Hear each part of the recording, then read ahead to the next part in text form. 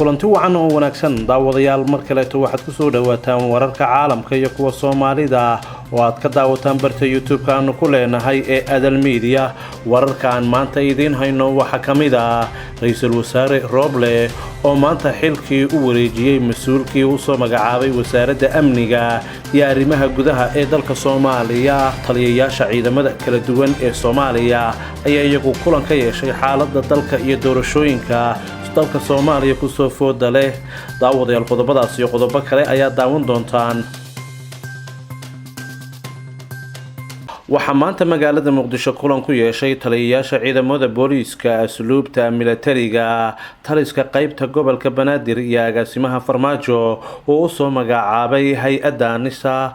kulankan ay taliyayaashu waxay uga hadleen xaaladda amni iyo sida loo wajahayo xaaladda ka taagan dalka sidii loo xoojin lahaa amniga gaar ahaan magaalada Muqdisho. taliyaha ciidanka booliiska Soomaaliyeed General Cabdi Xasan Maxamed Xijaar oo kulankan faahfaahin ka bixiyay ayaa sheegay in ay diiradda ku saareen doorashooyinka amnigeeda iyo sida looga gudbi lahaa isqabqabsiga arrimaha doorashooyinka. sidoo kale wuxuu sheegay in xaaladda dalka haatan ka taagan amnigeedu uu yahay mid aan wanaagsanayn isla markaana aysan ka jirin sida dadka iyo baraha bulshadu ay wax uga soo qorayaan. waxaana uu ka dalbaday dadka isticmaala baraha bulshada inay ku kulmaan inay ciidamada lala shaqeeyo aadna looga dhowrsado wararka been abuurka ah ee dadka lagu kicinayo iyo cabsigelinta ah.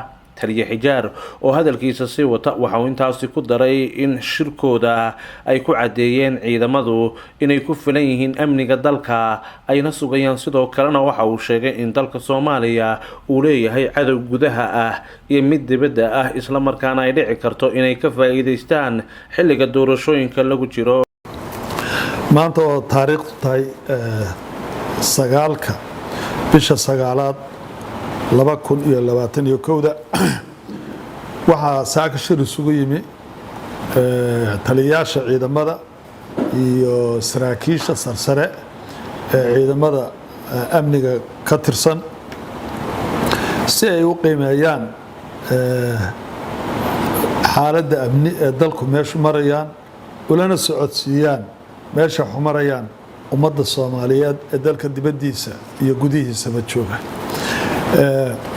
shirkan waa shir caadi ah oo usbuuclo ah oo marba meel aan isugu imaan jirnay la isku wareegsan jiray xaaladdu meeshay marayso doorashadu meeshay marayso iyo sidii muddadan looga gudbi lahaa xasaasiyaadka doorashooyinka iyo waxa ay leeyihiin sidii looga gudbi lahaa ayaanu saaka iska wareysanay.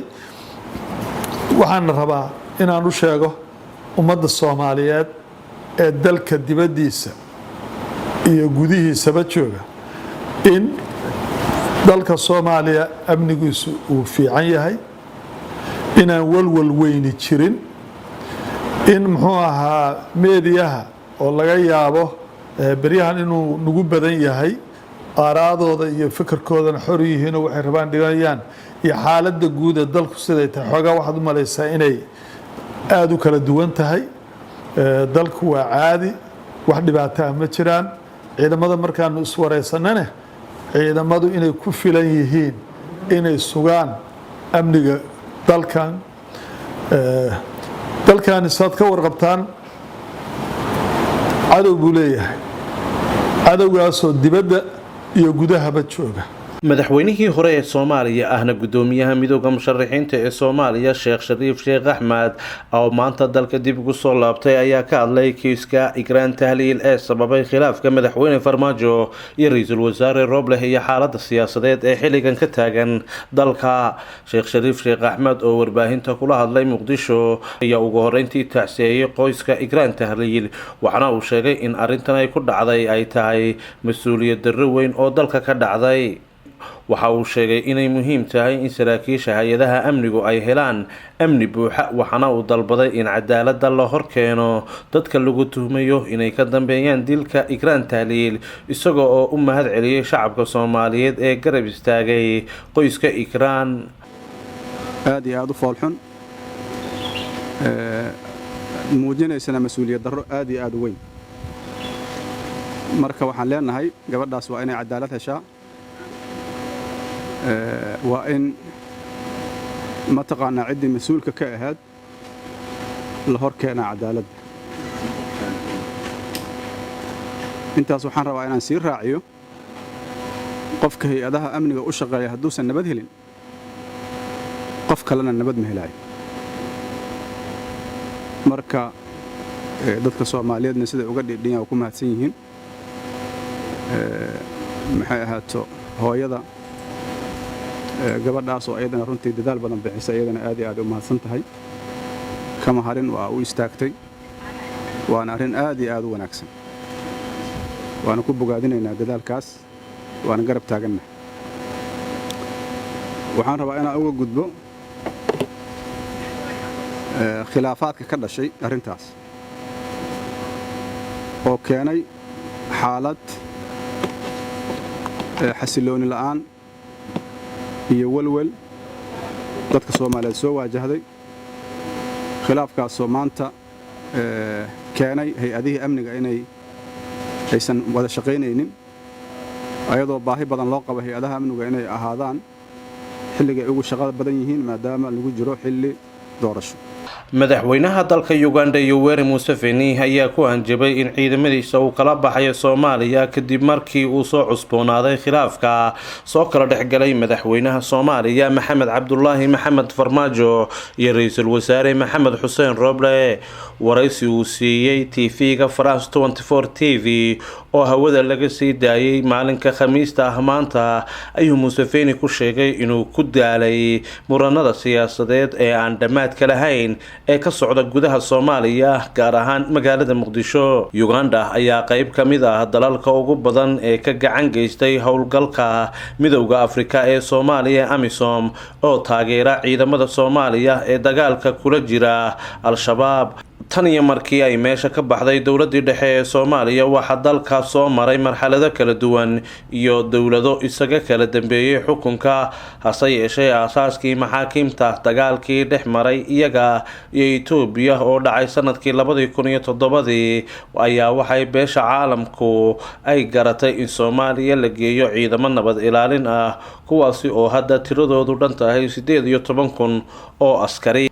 madaxweynayaasha Galmudug iyo Koonfur Galbeed ayaa la filayaa inay tagaan madaxtooyada Soomaaliya iyaga oo kulamo gooni ah la qaadan doona madaxweynaha iyo ra'iisul wasaaraha kalana hadli doonaan xalka gaarista khilaafka labada mas'uul iyo sidii loo dhameystiri lahaa khilaafka xoogeystay ee u dhaxeeya madaxweynaha iyo ra'iisul wasaare Maxamed Xuseen Roble ayaa waxa uu salka ku hayaa maqnaashaha Ikraan Taaliil waxaana khilaafkaasi uu saameeyay dhammaan hay'adaha kala duwan ee dowladda Soomaaliya. wasiirka cusub ee amniga arrimaha gudaha Maxamed Nuur ayaa goor dhaweed loo dhaariyay xilka uu shalay u magacaabay ra'iisul wasaare Maxamed Xuseen Roble. ra'iisul wasaare Roble ayaa ka qayb galay dhaarinta wasiirka cusub ee amniga gudaha waxaana dhaariyay wasiirka cadaaladda Cabdulqaadir Maxamed Nuur. ra'iisul wasaare Roble ayaa wasiirka cusub kula dardaarmay inuu si hufan ra'iisul wasaare Roble ayaa wasiirka cusub kula dardaarmay inuu si hufan u guto hawsha muhiimka ah ee qaranka ee loo igmaday si waafaqsan dastuurka xeerka. dhaarinta kadib waxa munaasabada ka dhacday xarunta wasaaradda amniga wasiirka cusub ee amniga si rasmi ah xilka ugu kala wareejiyay wasiir ku-xigeenka amniga Farxaan Cali Axmed kadib markii wasiirka amniga Xasan Xundubey uu diiday in uu xilkaasi wareejiyo. dhinaca kale wasiirkii hore ee amniga Xasan Xundubey ayaa bartiisa Twitter-ka ku soo qoray in wasaaradda arrimaha gudaha uu ka socdo afduub lagu sheegay in xil wareejin sida uu hadalka u dhigay. hadda waxay soo gaaray xarunta wasaaradda amniga arrimaha guduhu inuu ka socdo afduub lagu sheegay xil wareejin ayuu Xundubey ku soo qoray barta Twitter-kiisa. Mareykanka ayaa sheegay inuu qiimeynayo ku dhawaaqista Taliban dowladda ku meel gaarka ah ee Afghanistan waxaana uu cadeeyay rajada ay ka qabaan in dadka Afghanistan ay mudan yihiin dowlad loo dhan yahay. Taliban ayaa talaadadii ku dhawaaqday dowlad ku meel gaar oo Islaamiya iyagoo oo sheegay inuu madax u noqon doono Mullah Xasan Akhuun oo nin aad ugu dhow ah aasaasihii dhaqdhaqaaqa Taliban ee geeriyooday Mullah Cumar. ugu yaraan 10 ka mid ah 33 xubnood ee golaha xukuumadda Taliban ay ku dhawaaqday talaadadii ayaa ka mid ahaa kooxdii wada xaajoodka ee heshiiska nabadeed ee Febraayo 2020 ay la galeen Mareykanku, taas oo gogol u xaartay in dhammaanba ciidamada shisheeye ee Mareykanku ay ka baxaan Afghanistan ku dhawaad 20 sano. afayeen u hadlay waaxda arrimaha dibadda ee Mareykanka ayaa sheegay in Taalibaanku ay ku xisaabtami doonaan ballanqaadyadii ay sameeyeen, kuwaasi oo ay ku jiraan in dadka ajaanibta ah iyo kuwa kale ee ka baxaya Afghanistan in si nabad ah ay ugu fududeeyaan safarkooda, sidoo kalena ay u ogolaan doonaan duulimaadyada diyaaradaha. wadayaal guud ahaan wararkii caalamka iyo kuwa Soomaalida intaas ayaan ku soo gabagabayn doonaa tan intaynu ku kulmi doono warka xiga. dhammaantayba waxaan idinku dhaafnay salaamullaahi calaykum waraxmatullaahi wabarakaatuh.